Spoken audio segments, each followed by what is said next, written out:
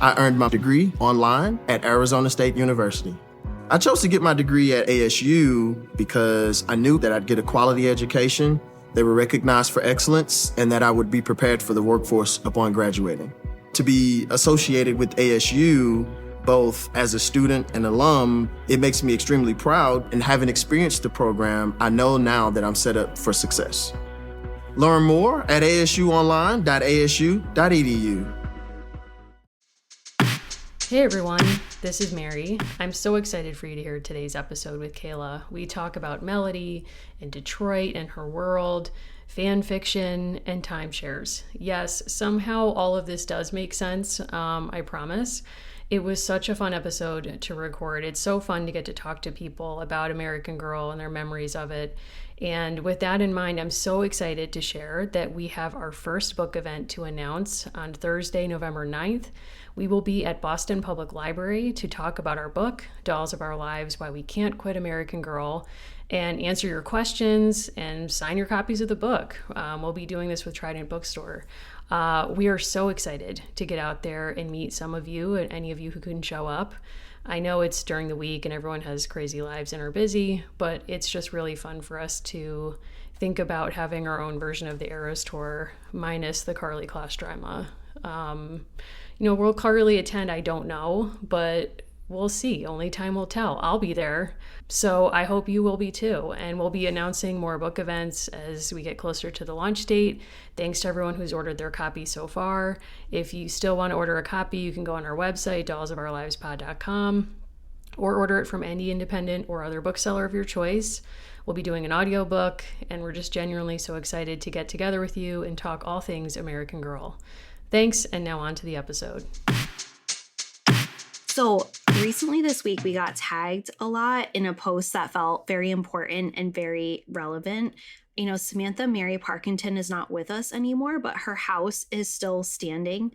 And I guess what we, brought you here today to ask is if you would be willing to make a lifelong investment in a timeshare in Samantha's house in Mount Kisco, New York, for the low price of $100,000 to earn one weekend there a year.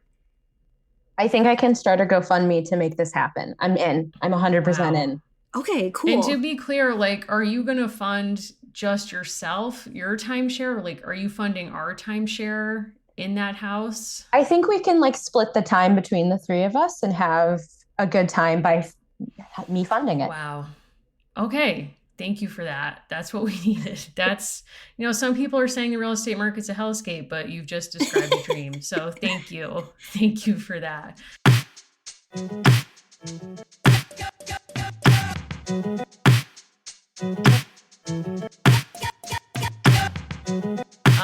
Welcome everyone to Dolls of Our Lives. This is the podcast where we're reliving the American Girl series book by book. I'm Mary. I'm still Allison. I do not own any real estate in Mount Kisco, just to be clear. Not yet. Not yet. I mean, that's what I'm hearing. And who do we have with us, Allison? We are so excited to be joined today by Kayla, who is I don't want to say lifelong American Girl fan, probably didn't start in the womb, but a fan of American Girl who has reached out to us in the past about other characters and was the first person who came to mind when we were covering Melody, because you are an expert on many things Detroit. Yes, thank you. It's nice to be here. We're so excited to have you here. And, you've written us about different characters, but you're the main character on this episode. Just going to say that up top. Oh my goodness. It's my dream. This is my dream. So thank you. Okay. And look, did you demand a bowl of M&Ms off air before we began? Yes. And then you said women should make more demands, and you were joking, but I don't think you were joking about that part. And I agree with you 110%. I think that all women need to just be more upfront about the things they need, including brown M&Ms. So, you know what? During Leo season, it's really powerful that you would bring that energy to the show. So I just respect that. I don't know what sign you are. Oh, I am a Capricorn. Oh, wow. Just like Melody. Okay. Yes. Wow. So much coming together here. So before we get into, we want to kind of talk to you about your own American Girl story, and then kind of talk about drawing your expertise on Detroit to talk about how Detroit figures in pop culture and in these books. But before we do that, we always try to share things that we're enjoying in pop culture. Is there anything that you're taking in that's kind of like lighting you up for good or ill? Ooh, I just recently read Emily Henry's book, Happy Place, Oh, which cool. as a person who usually engages in, like, I write spooky things and I write about history a lot, it was nice to just have like a story about people being in love, living in Vermont for a week. Sounded great. I really loved it. Uncomplicated joy. Yes. Absolutely. Absolutely. And I have been hate watching and just like that. Um, Yep. it's yeah. Wow. I How's don't that even going hate for it you? anymore. I've just Wow. That's a really bold take. um, I have found it to be, I have a lot of thoughts on it, mainly that I feel like none of the characters that came over from Sex in the City are the same characters as they were. Yep. And I wish the show was more about like Lisa Turtle Wexley and Che Diaz. That's the show I Che want. casa, su casa? See, Claire Chrissy. Wow. Wow. Wow. Like, powerful take. Allison, are you still watching And Just Like That? I take it. I am still watching 90 Day Fiance, and I am still watching And Just Like That. And I think you're right that they're making the old characters new, and they have new characters who they're trying to get us to feel are very established. I will say, like, I don't want to give any spoilers. I'm happy that we're sticking with Che because I think that actor is so phenomenal that I'm just enjoying kind of watching it play out. And I really like, I'm a Charlotte fan. I don't know that I'm a supporter of Charlotte, but I always appreciate her plot lines. And I'm Mm-hmm. willing to watch another 10 years of her bumble through life with a lot of money. Fair enough. Kayla, where are you at? Like, who are you supporting? I think I will stick with also a Charlotte fan, at least in this series. I think she is Okay. bringing a lot of interesting energy to the table as she is moving through life in her 50s. And I love that. Yeah. I mean, we like sort of a chaotic narrative for, women in their 50s. Like, where are other shows that are doing that? Or, is any other show even attempting to do what's happening on And Just Like That? I'm going to say no, maybe by choice, but it's providing a service. It's out here telling stories. I think the Miranda plotline is getting somewhere near real, like something that could feel realistic. I don't know, but that Miranda's really been on a real journey on this show. So I guess we'll have to stay tuned. I don't know. I mean, have you guys been following what happened last week when Carly Kloss showed up at the Eras tour? Because that's the drama that's really been like defining my week. No, what happened? I wish I could ask that question. Like, I wish I was in a sane enough place where I didn't know 18 things about this. Like, I am jealous of you, Kayla, Allison? that you're able to. Why? Because Kayla knows peace. Because you Yeah. perhaps know an inner peace that I do not, which is I feel a bit exhausted. Like, I work weekends like Taylor Swift. I'm not saying that we're the same. I don't make $13 million per like thing that I do. I go to bed, earlier perhaps than most on Friday and Saturday to get through my weekend of work. And I have spent every weekend for 5 months with Taylor Swift performing 4 hours a night on TikTok. And honestly, we all needed a break. Am I 3 weeks postpartum like Carly? No. I'm just going to say this. If you are 3 weeks postpartum and you're willing to get on a cross-country flight to stand up for 5 hours at a Taylor Swift show, there's something going on. And I am just going to leave it there. But the fact that I had to work the next day when I just wanted to go down a million internet rabbit holes and just, hear from people on the street. And by that, I mean TikTok, people operating with no sense or research. I mean, I was entertained. If nothing else, it's nice when the internet feels like there's that moment where people are all interested in something and it's not necessarily making your life better, but it's just a source of, to your point, uncomplicated joy. I mean, that was my romance novel book for last week, real or not. And, I'm just saying, look into it, Kayla. Maybe don't look into it. It sounds like you're a mature person who knows peace. And I don't want to wreck that for you, but also, like, maybe I want to wreck that for you. I don't know. I think this can be like a great opportunity to do some research and go down Okay. dig a lot into a rabbit hole that And then I haven't email me. explored. Yeah, Yeah. absolutely. And then email me. And then I'll be like, where are you at? Do you feel safe? Do you have questions? Let's get into it. Thank you. I need that. There was an Okay. unwise child that I think is central to all of our lives who once asked a British refugee to play bomb shelter. And I think that's kind of what it's probably like to be Taylor Swift's Don't friend. bring Molly Right. McIntyre into So this. I'm saying, like, I think the way that the Molly McIntyre, Emily Bennett dynamic, also Bennett the dog dynamic is Wow. baffling. I think there's some of that with Harry Styles, Taylor Swift, and Carly Kloss. I think that those triangulations like make sense together. If I recall correctly, Kayla, like you came into our lives when we were covering Molly. Yes, I was. I did. So let's get into your American Girl story. So, how did American Girl come into your life? Was Molly part of it? And if so, she would have liked to have played a starring role, I'm sure. Is that the role she played in your life? Yeah, Molly still has a quite prolific role in my life, I will say. So I first encountered American Girl when I was in first grade. There was an opportunity to start reading chapter books, and I picked up Meet Samantha and immediately fell in love. Like, this was exactly the sort of thing I wanted to read, and I was hooked, and I was like, I have to read more of these books. And I think my parents were just happy that I had an interest that was educational. So they were all in, let's dive in. And they ended up buying me Molly. And this is the American Girl I still have. And my friends will tell you that my Molly doll is cursed. Why? Um, Kayla, this is like late breaking. yes. Oh my God, wow. So she, sometime after I purchased her, her skin started like turning verdigris. And at the time, you could just mail your dolls back and they could like replace the heads and things like that. But in my little empathetic 7-year-old heart, I knew that if I sent her the American Girl place, she wouldn't be the same. So I didn't want to hurt her feelings. So I kept her. But then she started turning more and more green.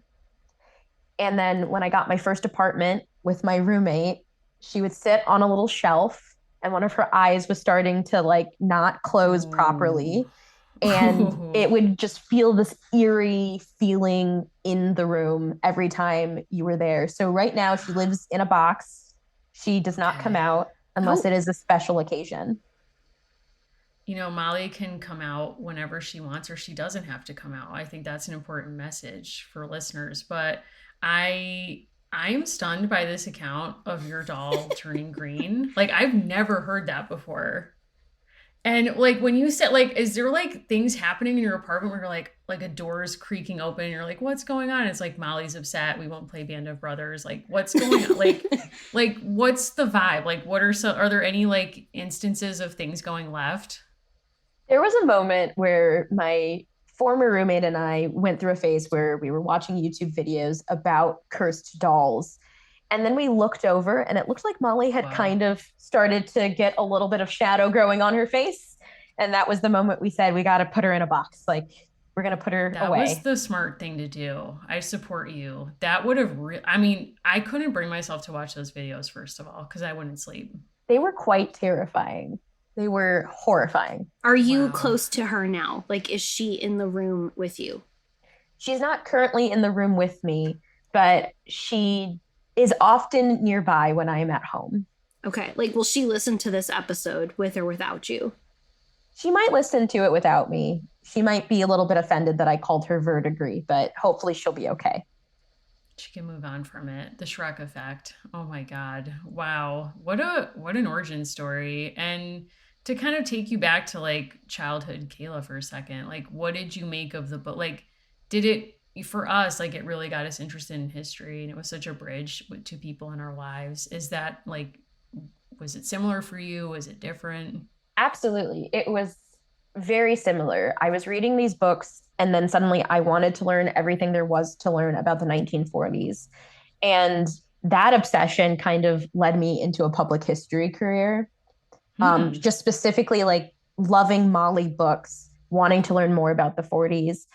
But then also, as an African American woman growing up in the 90s and 2000s, there weren't a lot of Black dolls on the market. So my parents were very adamant that we also had Addie in our home and then Kaya in our home as well. So I was reading these books as well as introductions to issues of enslavement and issues of Indigenous people. And it was really setting me on this path to learning more about the places that I come from and that this country comes from. Like, is Melody a character because of her proximity to where you grew up? Like, is she a character that you wish you had? I absolutely think so, especially because I was talking with my grandmother about this. My grandmother is the same age as Melody's nearest sister. And a lot of the stories that are involved with Melody and even just like the location she's at and which library she goes to are things that I was able to talk to my family about, having been in and around Detroit my whole life. And it would have been such a great experience to have somebody who was so based in the place that I'm from and give that place pride, especially growing up in that area in the 90s and 2000s, that there wasn't a lot of pride in Detroit. It would have been nice to have some sort of object that would have represented that pride. Absolutely. I mean, we've heard from other African American or Black listeners about owning an Addie doll. Like, I'm wondering, was that complicated for you when you had an Addie doll, when you were given an Addie? Like, what role, if any, did that play in your life? It definitely did feel very complicated for me. One of the things that, as a Black person who grew up in a mostly white area in kind of suburban metro area, I really struggled with my identity, and having a physical representation of slavery right in front of me in my house and having that be the doll of history that we talk about kind of always felt a little unfair to me. And there were parts of like owning Addie that were interesting. Like, she had kinky hair, and so her hair was harder to braid than Molly's was, for example. I think the earlier dolls had kind of like a gap in her teeth that the other dolls didn't necessarily have. And it represented a little bit of some stereotyping about African Americans. So as a girl growing up, it felt very complicated. I didn't know if I appreciated her as much as I do now as an adult. Yeah, absolutely. And I think something too, that not only having Melody as a doll based in your hometown, but having a doll who's African American, whose life has so much joy at the center of it, in addition to being associated with like our national trauma of slavery. I mean, I think that might have changed the calculus too, because so much of Addie's story is grounded in so much trauma. I'm sure like that's really complicated too, as you're saying. Absolutely. There aren't a lot of stories, even in fiction, that are about Black people, especially Black girls, experiencing joy. Thinking about like Roll of Thunder, Hear My Cry being a seminal novel that is about a Black girl's life experience. And the book ends with an attempted lynching and the Klan showing up at the house. It's a consistent narrative of all of the difficult things that exist about being Black, as opposed to Melody's book, which is about, the joy and resistance, the joy in the music, the joy in the church, the joy in the community that exists. You were an adult when she came out, like we were. And so what kind of drew you to actually... Sorry, my partner just... You're fine. My partner just walked in and waved. Hey, what's up? Cameo. Or it's Molly come to life. Hello, partner. Daniel, Mary, and Allison say hello. Hello, Mary and Allison. Hey, Daniel. Is Daniel What's up? I feel like we're afraid friends. of Molly? Daniel, are you afraid of Molly? It's a safe space. You can tell the truth. Just let that float in the air. He said he will leave that float in the air for the rest of the conversation. He's going to leave it unanswered. Kayla, if I may, you are a good storyteller. And if you made up that story about Molly, props. I swear I did not. Because you are a good writer. I have read your writing. And so if that story was made up, I love it. If it wasn't made up, I also love it. And I'm afraid for you. Wow. But what led you as an adult, right? Like working in the public history space to pick up the Melody book? Like, was there a particular reason, or it was just kind of the draw of this is a local person and a local kind of phenomenon people are talking about? I think it was kind of mostly that it was this local draw, to the extent that the one of the malls that was near Detroit set up an American Girl pop-up store just because Melody came out. And there was like a whole Melody section, and it was a really cool experience. But I think also, just as a public historian, being able to have that like physical book in my hand and being able to go back to younger kids and say, hey, the things we're talking about in this history, you can read about in this book. I was also very interested in the way the authors would portray Detroit as well. I mean, did you think growing up of yourself in a place like Detroit as like, I guess when I was growing up, I grew up outside Hartford. I never really thought about that place as a place that had its own history. I don't know why. I just like thought about the books I was reading were more national focused, I guess, or other places except where I lived. Like, did you think about Detroit as a place that had so much history? Like, were you aware of it? Yeah, I think that part of my thinking through the Detroit story was two kind of major things happened. One is that my dad was very young during the Detroit 1967 uprising. And so that was a conversation that we would have all the time, where he would tell his memories of being a 4-year-old experiencing that. And then I was, I think, 7 or 8 when Detroit celebrated its 300th birthday. So it was this big celebration, and there were fireworks and there were parades and there was all of this Detroit pride happening. So those were the ways that I was really thinking about Detroit's history. But it always just felt like it had always been this way, and it always would be this way. Of course, now it's 100% different than it used to be, but it really did kind of, in a lot of ways, feel like this is what Detroit is and how it will be. Could you talk for people who maybe don't have a frame of reference what was going on in Detroit in 1967? I'll say honestly, I don't know that I would have known anything if I hadn't seen an exhibit in Detroit. And it's something that I kept thinking about while I was reading Melody, that when we're going with her through 1963 and 1964, her teenage years are about to change pretty dramatically, right? Like if we were to continue with her through the next 4 or so years, could you talk about maybe what really happened and maybe how that would have been filtered through the eyes of someone like Melody, who would have been by that point about 14 or 15 years old? Yeah, for sure. So up until 1967, Detroit was considered by the national audience as a model city on racial integration, that it had kind of left behind the scars of the 1943 race riot that happened in the summer of 1943.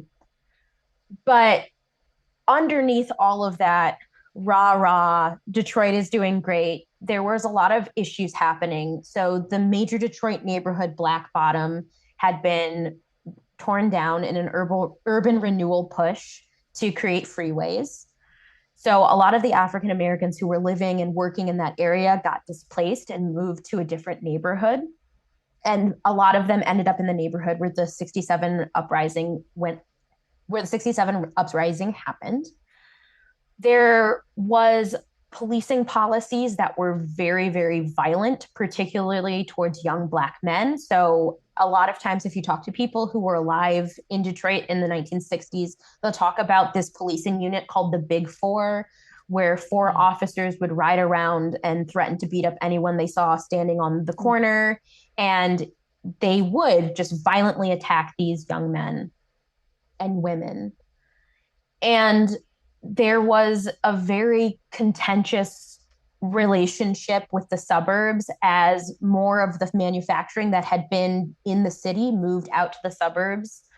And a lot of the suburban areas near Detroit, particularly Dearborn, is one that people talk about a lot, which is where Ford factory is today, were antithetical to the idea of African Americans living and existing in these places. And so these tensions boiled over in July of 1967, when a young Vietnam veteran was returning and he was at a party at a speakeasy, basically. We call them blind pigs in Detroit. And this party was in this illegal bar, and some police came to arrest the folks inside of the bar. And as they were arresting people, there was a lot of commotion. People came out in the street, and then somebody threw a brick into the back of a police car, and it just boiled over into all of the tensions that had been going on in the city for decades at this point. It was an uprising that lasted 7 days. And to many people, it was the thing that defined Detroit for the past 50 years.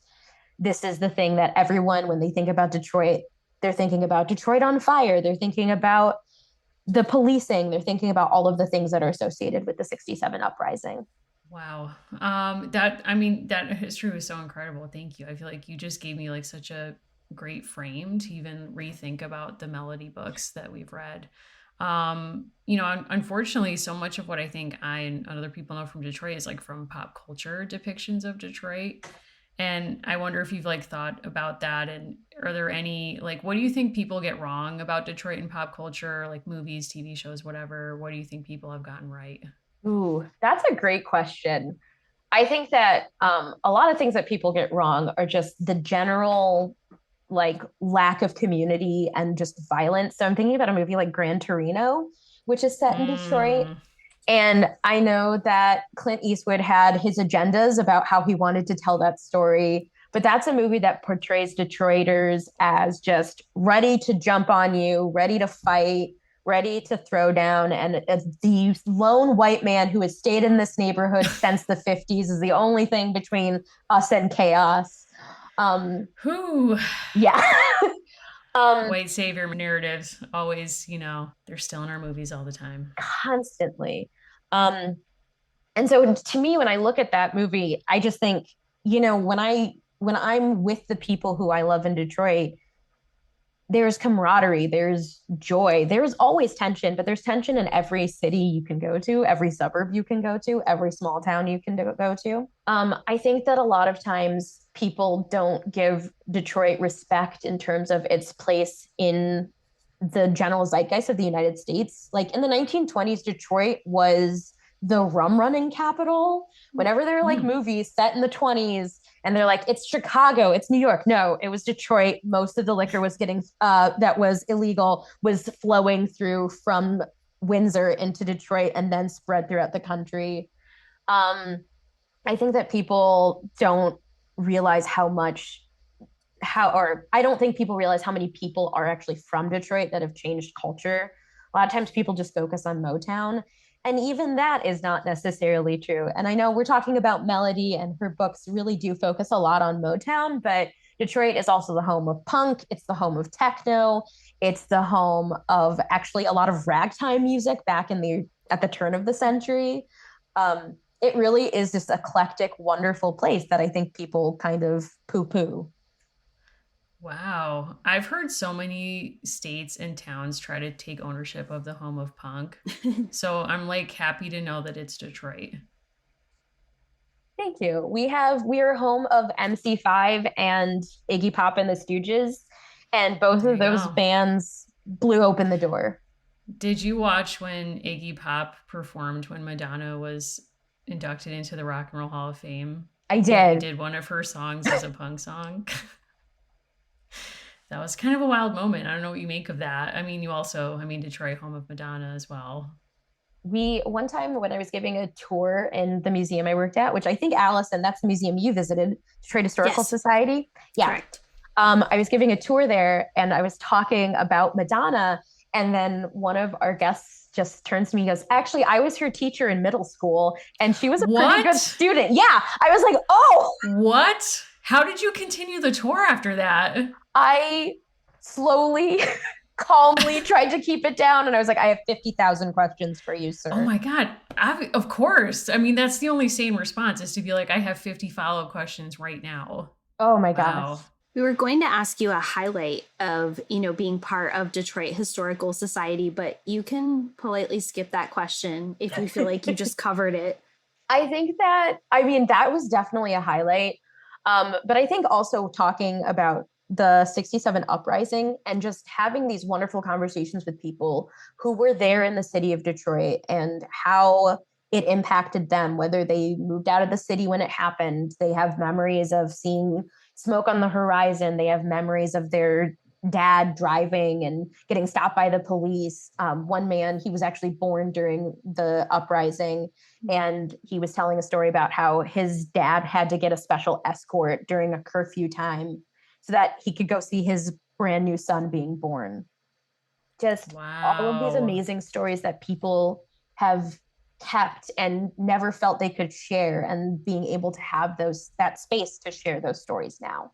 That's really powerful. I mean, wow. I mean, I think that is there's not enough support for local history, and it's like when you hear stories like that, it just reminds you that's like it's so incredibly important to support your local historical society even. Like that's such a great opportunity for anyone who's listening who's interested in history. Like you can volunteer there, you can have these experiences and like be close to those archives and help make sure that they're inclusive, et cetera, et cetera. So just wanted to put in that plug because I feel like people don't know like you can go volunteer there and like work with cool people like you. Yeah, we love having people who are interested in local history coming up. It's great.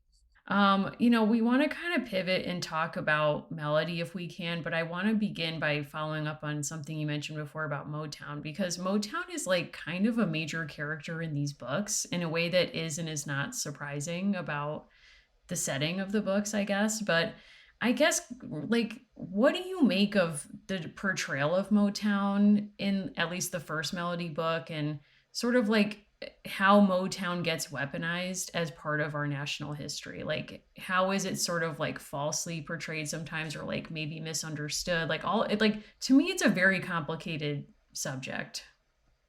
Yeah, for sure.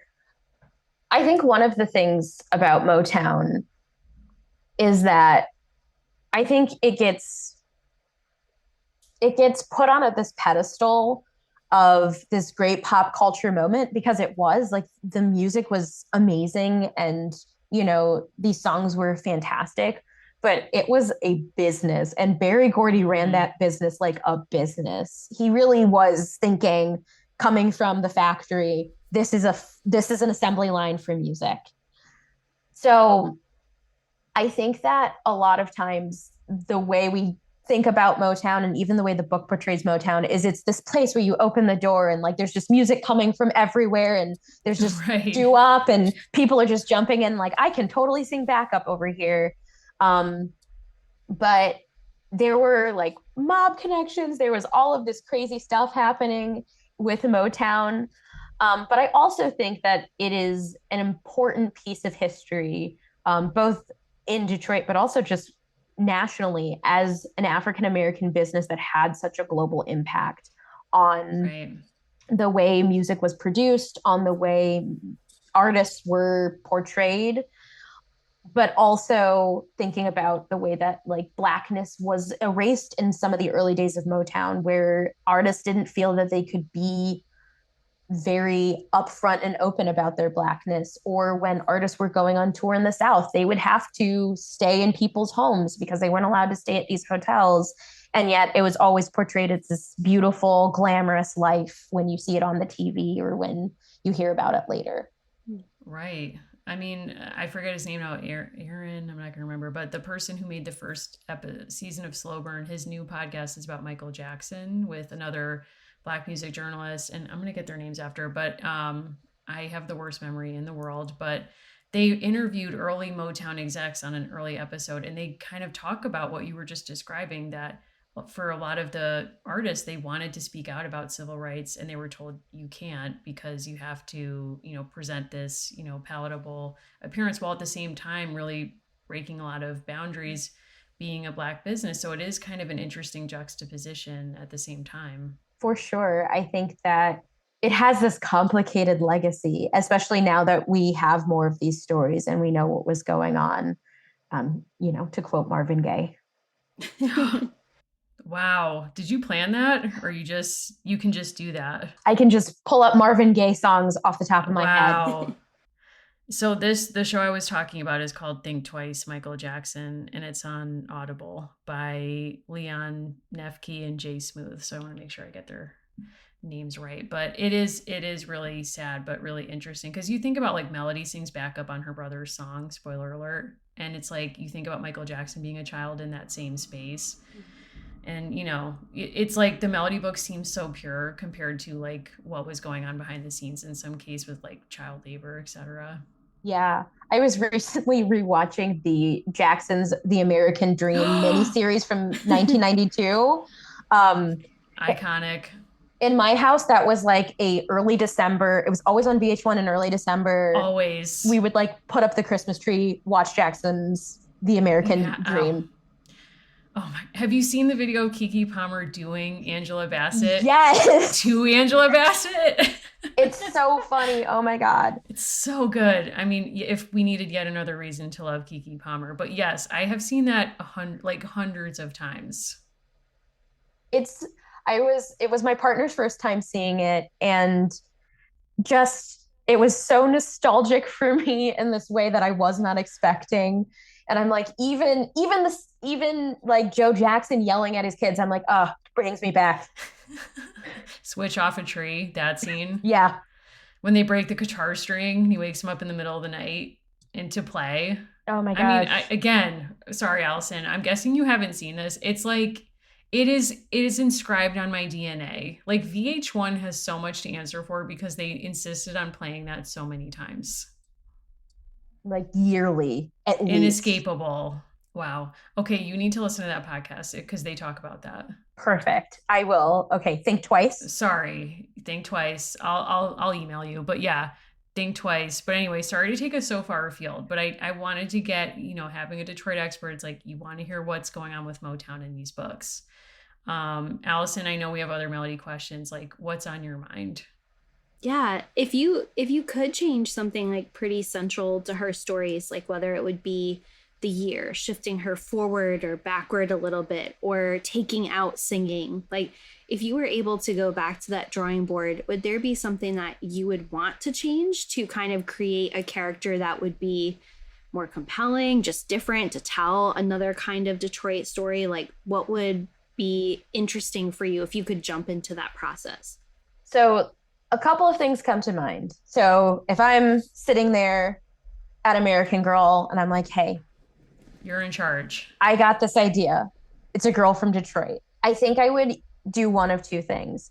I would either push her forward a few years because you can still write in the civil rights angle and the Motown angle, but I think also it would be interesting to see how the 67 uprising would have affected her. Just talking to people who were there at the time, it's amazing the stories that have come up and like the complicated feelings, no matter who they are. Or I would have pushed it back a little bit to the 1940s and talked a little bit about how the Great Migration affected Detroit, and specifically in terms of the factory work that was happening in and around Detroit. It was a city that it was a city that ballooned up to 2 million people during the 1940s. And there was a lot of tension because of the fact that a lot of folks were coming from the South, and there were a lot of Black and white folks, and there was developments happening in terms of redlining and then covenant agreements and the building of the Burwood Wall, which is a wall up near 8 Mile in Detroit that is supposed to separate two neighborhoods so that nobody could know that other people of different ethnicities were living near them. I think it would be interesting to hear about America's story through those lenses as well. I think that 1963 puts us firmly in this very tumultuous time, but a time where it's very easy to kind of remove yourself from some of the bigger questions about what's happening in the North as well. Do you remember when Melody came out? Like, do you think other people, like in public history in Detroit, or just people that, in your orbit, did they also feel similarly like Melody was placed in the right moment? Or do you think there was like a broader feeling she should have been pushed forward or backward? I think a lot of people were just excited to have a Detroit story on a national stage that wasn't so focused on violence and the difficult things that are happening in Detroit and were happening in Detroit. So I think everyone was like, "Yay, we get to talk about this cool stuff. Yay, we get to talk about the first time Martin Luther King gave the I Have a Dream speech," that sort of stuff. Do you think Eminem has ever been asked if he has purchased a Melody doll for his daughter? Important question. You know what? No, but I think that he needs to be asked. I think it's very important for us to know. I do know that for a fact, that he has been to the Henry Ford Museum. So I know he's interested in the history, but whether or not he has gone as far as to purchase Melody, I am not sure. Whoa. Something that like stuck with me was learning about the history of music beyond Motown in Detroit, and seeing that part of either an exhibit or a gallery in the city was funded by Kid Rock, whose given name escapes me. But Robert something. If you had Kid Rock or Eminem money, or even like founder of American Girl money, and you started a Detroit museum, like what would be a centerpiece exhibit? Like you have endless resources and you have Kid Rock at all giving you unattached funds. Like you can do anything you wish. Like what would that look like? I think having a museum that focuses on the different groups that have immigrated to Detroit would be very cool. I would keep the music exhibit that Kid Rock funded. He no longer funds it. I just want to say that. Okay. Yes, he did stop funding that in 2019 or 20. I'm not sure which one off the top of my head, but I remember that being a big announcement at work once. But do we know why, or is it like an only God knows why situation? I think it was around the time where he was having some frustrations with the way people were talking about him in Detroit, to put it kind of lightly. Sure. But then also the like contract was up for the exhibit, so I think he just decided not to renew his sponsorship. But I think a museum that would focus on the immigrant communities as a whole that have come to Detroit would just be really great. There's one about African Americans. The oldest African American history museum in the United States is actually in Detroit. There's one focused on the Greek American community in Detroit, which is fairly big. That's where we get our big square pizzas from and our coney dogs. But I think a more comprehensive look at everybody who's ever been there would be fantastic. That's a great idea. I'd love to come to your museum. Thank you. It will be in Samantha Parkington's house. Oh, wow. What a trip. Interesting you would make the museum about Detroit and New York, but I like your outside the box thinking. Well, I think we're going to move the house. Yes, we're bringing the house to Detroit. Yeah, once we get our timeshares, we'll just pick it up and move it while we're there. I want you to picture You're like bold a with triangle. that contract. It's not a pyramid, but it's a triangle, right? So some people have more time and some people have less time in the house, but like all of you are a part of forming that shape. All right, like I just feel like I'm coming out of this agreement with like, Mary, you can be here for like 1 hour on like a Tuesday. But it'll be the best Tuesday of your life. Kayla, it's so rough. Oh my God. I trust you to be like the person who hires, the support staff at the front desk that like pushes the hard sell. I did trick is the wrong word. I did not know. We did accidentally stay at a timeshare once, and the sell was hard. It was hard to get away from. If you recall, in Virginia, we were pitched pretty hard to actually buy a timeshare at a baffling hotel resort. At a truly baffling resort. We were on a trip involved in writing the book, and I didn't know that we were like, I wouldn't say it's not, it was like, what is beyond a hard sell? That's what we experienced. Like at a certain point, I'm like, am I a Scientologist now? Like it was so strong. Like and there was like, we have a million pools. None of them are ever open. Don't get attached. But of course you should join up because of the pool access. I don't envy people who have to do that job, but you know what? I bet they would have thrived in like 1890 is what my opinion is. Wow. I mean, I just feel scared because that almost worked on me in Virginia, and I feel like being a part of this imaginary timeshare is already like taking a toll on my mental health. So like you guys, like you could take advantage of my financial life. Like I'd walk away with nothing and I wouldn't even know about it probably till a few months later. So now I'm scared. That's me now for the rest of this episode. I still can't believe we have a Kid Rock reference on this episode. Like, Allison, why did you do that to us? I do feel as though part of what was compelling to me about Melody was I had these kind of different ideas about Detroit in my mind, and they did feel very sort of binary, right? It's like I knew about Motown, and then on the other hand, I feel like when 8 Mile came out, it was a cultural event. Like it was an event that people went to go see that movie. People had the posters, the album, the soundtrack. Like for some reason, I think for like one summer, we were convinced that knowing Marshall Mathers' biography was essential, right? Like we had to know things about him. And then kind of going into Melody's worlds, which tells us something very different. It's striking to hear you talk about how there was literally a wall, because to me, I can't imagine overlap between those two things, because pop culture has showed me like these are two very different stories despite being neighbors in a sense, right?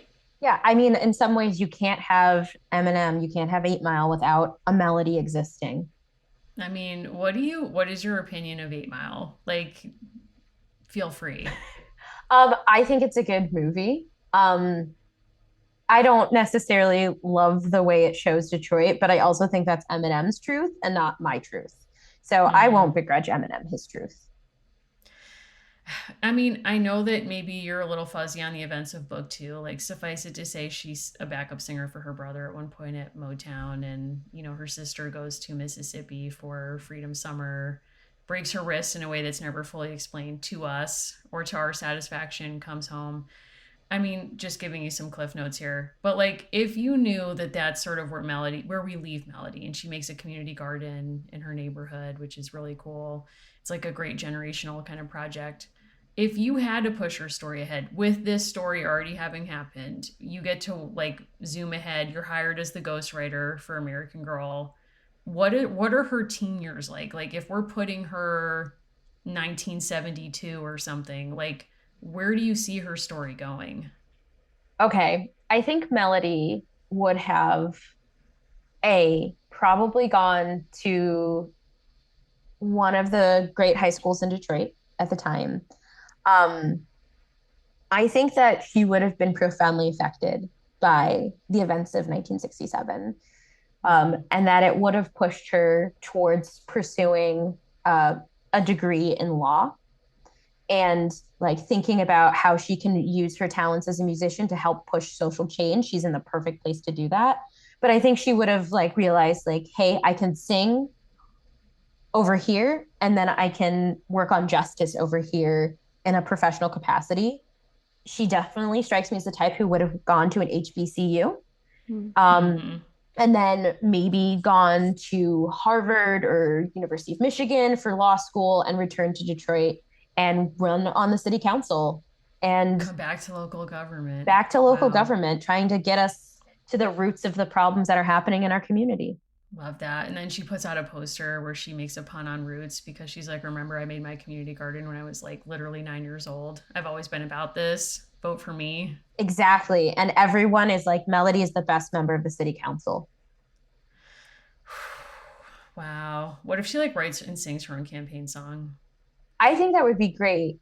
Also, she would definitely write jingles for the local news station because that was a big thing in Detroit in the 80s and 70s. Really? Yes. What was that about? I think it was just a point of civic pride and trying to make people feel excited. And yeah, she would probably be singing that. Wow. I love that. That was a great, I mean, I know we kind of put you on the spot, but you nailed it. I want to read that book. Please look forward to it. I'm in real life, I'm actually writing a Kit Kittredge fan fiction about her in the 50s. Oh, what's she up to? Why didn't you lead with this? Oh my God. Are you willing to talk about it? Yes, I just started it, but the idea is that she's like, it's the late 40s, early 50s, and she moves to Greenwich Village and like works for a woman's newspaper. Oh my God. I love this so much. Who comes with I her? mean, Like, are you bringing other yeah, characters, or is she kind of on her own? I'm having her on her own, but but part of the idea is like she'll like meet Ruthie, who is an aged stage actress of who's course. like the mother of the neighborhood and things like that. Like I'm very excited about it. I see like Rebecca coming out at some point just being like, it's not a union job. Like, don't do Yes, it. yes.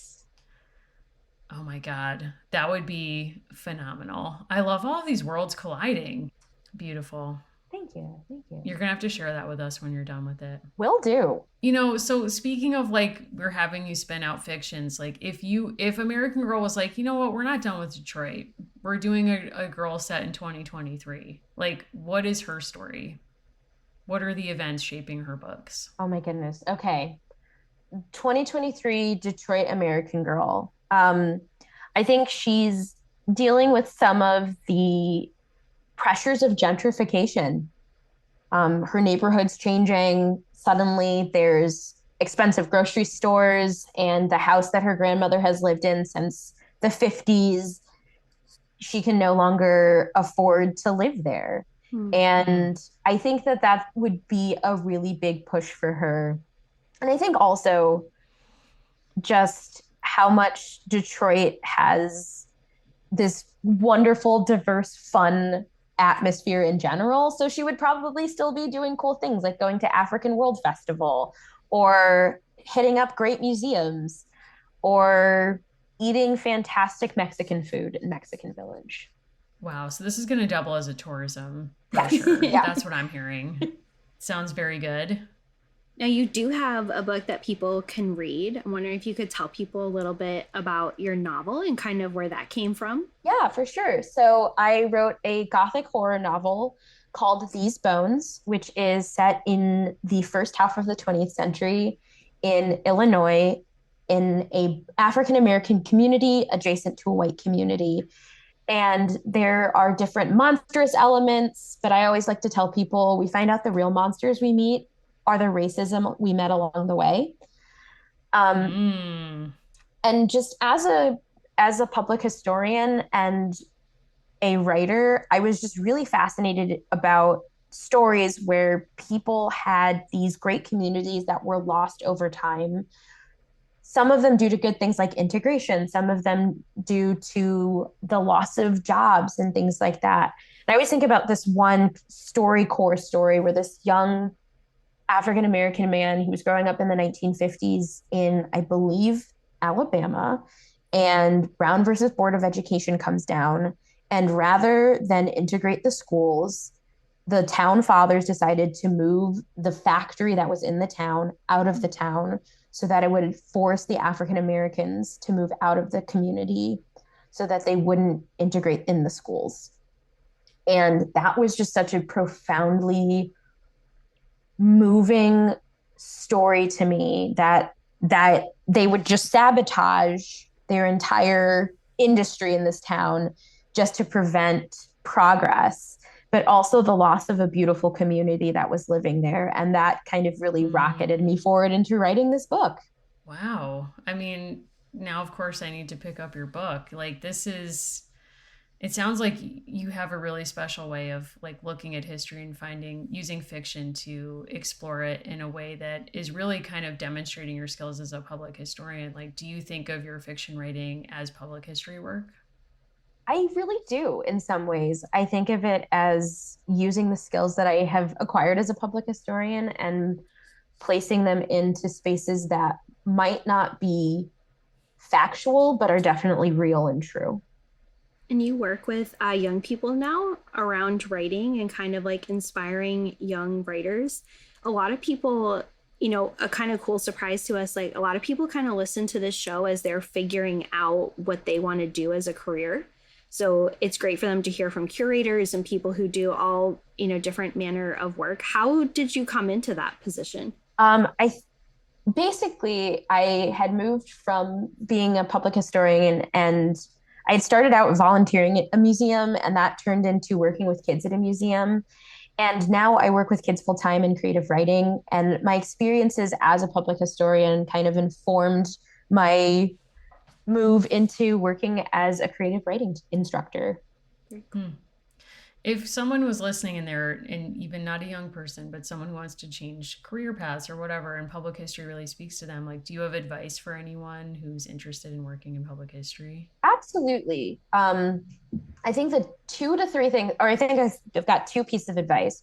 One is if you're interested in making that move, find some time to volunteer at a smaller museum where they need help, because a lot of small local places don't have enough people to be able to tell the stories they want to.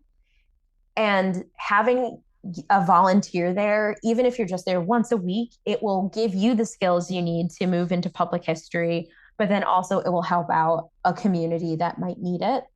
And the other thing I always tell people is that a lot of the storytelling in public history is learning how to be yourself while telling the story, and helping people understand how they fit into the narrative of history. So if you're interested and passionate about a piece of history, think about the ways that you fit into that story and how other people might fit into that story. I really love that. And I think, like, in some ways, reading an American Girl book is such a compliment to that, right? Because you're reading the history while you're figuring out your own story or who you are. So it's sort of like the other side of that practice. Absolutely. That will be my third piece of advice. Read American Girl books. You'll learn a lot. What's your favorite American Girl book? Oh, wow. This is complicated. Listeners, she has her hands up, almost prayer pose. You're really thoughtful right now. I think that it is Happy Birthday Kit. Wow. Or, and I cannot remember what it's called, but one of the History's Mysteries books where they're at the Highlander School, and Eleanor Roosevelt comes to meet it. I can look it up in a second too, but one of the History Mystery books, they're at the Highlander School. God. It was so cool. I absolutely loved it. I need to find that book. The Kit mysteries are very good. Yes. Oh my goodness. Yes. Okay, I need to get involved on all of this. I feel like left out of the loop. Maybe this will come up at our timeshare. We can have a little book club meeting. Absolutely. That will be our weekly happy time. The hour that I'm allowed to be there. Yes. Then we can just talk about these books. We have to train the next generation of writers so they can write an American Girl book about us in our American Girl house. That's kind of the end game, right? Like, it all has to. Yeah. Mary and I just recorded our episode where we decided to cohabitate with Tamagotchis, and it did not go well. So they are not our future in terms of readership or authorship. So we have to rely on children. I think that Tamagotchis are a little more complicated than children, having worked with them for a while. Thank you. This is 1000% the affirmation we needed, because we were not in a good place. I'll say that. I was Ours are like, wow, I resting thought permanently. I have mine here still, and it's like the battery's fully out of it. I was like, I can't. I'm logging off. They're way It's too over. much. Thank you. This is the piece I needed from this conversation. Wow.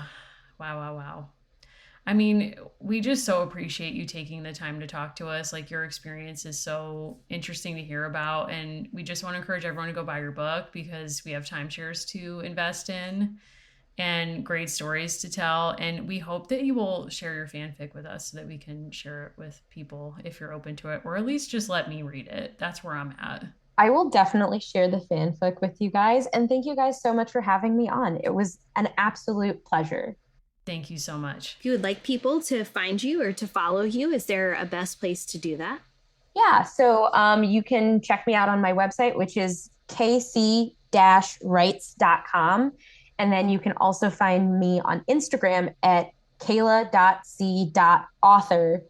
And I post kind of infrequently, but you will get to see my very cute dog. So, And what's your dog's name? her name's Lucy, after Lucy Pevensey. Wow. Oh my God. Incredible. All right. Well, thank you so much. I mean, we're just so appreciative of you taking the time, and this was just such a fun conversation. Thank you for engaging my Motown questions. And, hopefully, I don't know if we'll be appearing in one of your fanfics, but we'd certainly love to be reading it, and maybe you'll be in ours. Who knows? Allison, where can people find the show if they want to ask questions and send along questions for us to ask Kayla and get answers to? Probably the best place is to reach out to us via email. You can also write to us at our P.O. box that's on our website. Dolls Lives Podcast is on Instagram. We're also on that other letter website run by Elon Musk. So we are all over the place. And Mary, where should people find you? Please find me at Mimi Mahoney on Instagram. Feel free to DM me. I would love hearing from people. I will get back to you. Sometimes it takes me a minute, but I truly howl with laughter at some of the stuff people have sent me that does involve Karlie Kloss appearing at Taylor Swift's concert. Not in the VIP Kayla, tent. Once you do that deep dive, then you DM me and then I start sharing stuff with you and it will actually make sense. Perfect. I'm so excited. Okay, thank you. Allison, where can people get in touch with you about Karlie Kloss or other related topics? I'm at Allison Harrix on Instagram and Twitter. And of course, on all the things, like I'm on Water Talk, if that makes any sense to you. So wow. Find me anywhere. Okay, that's powerful. All right. Thanks, everyone. We'll see you on the next episode. Thank you.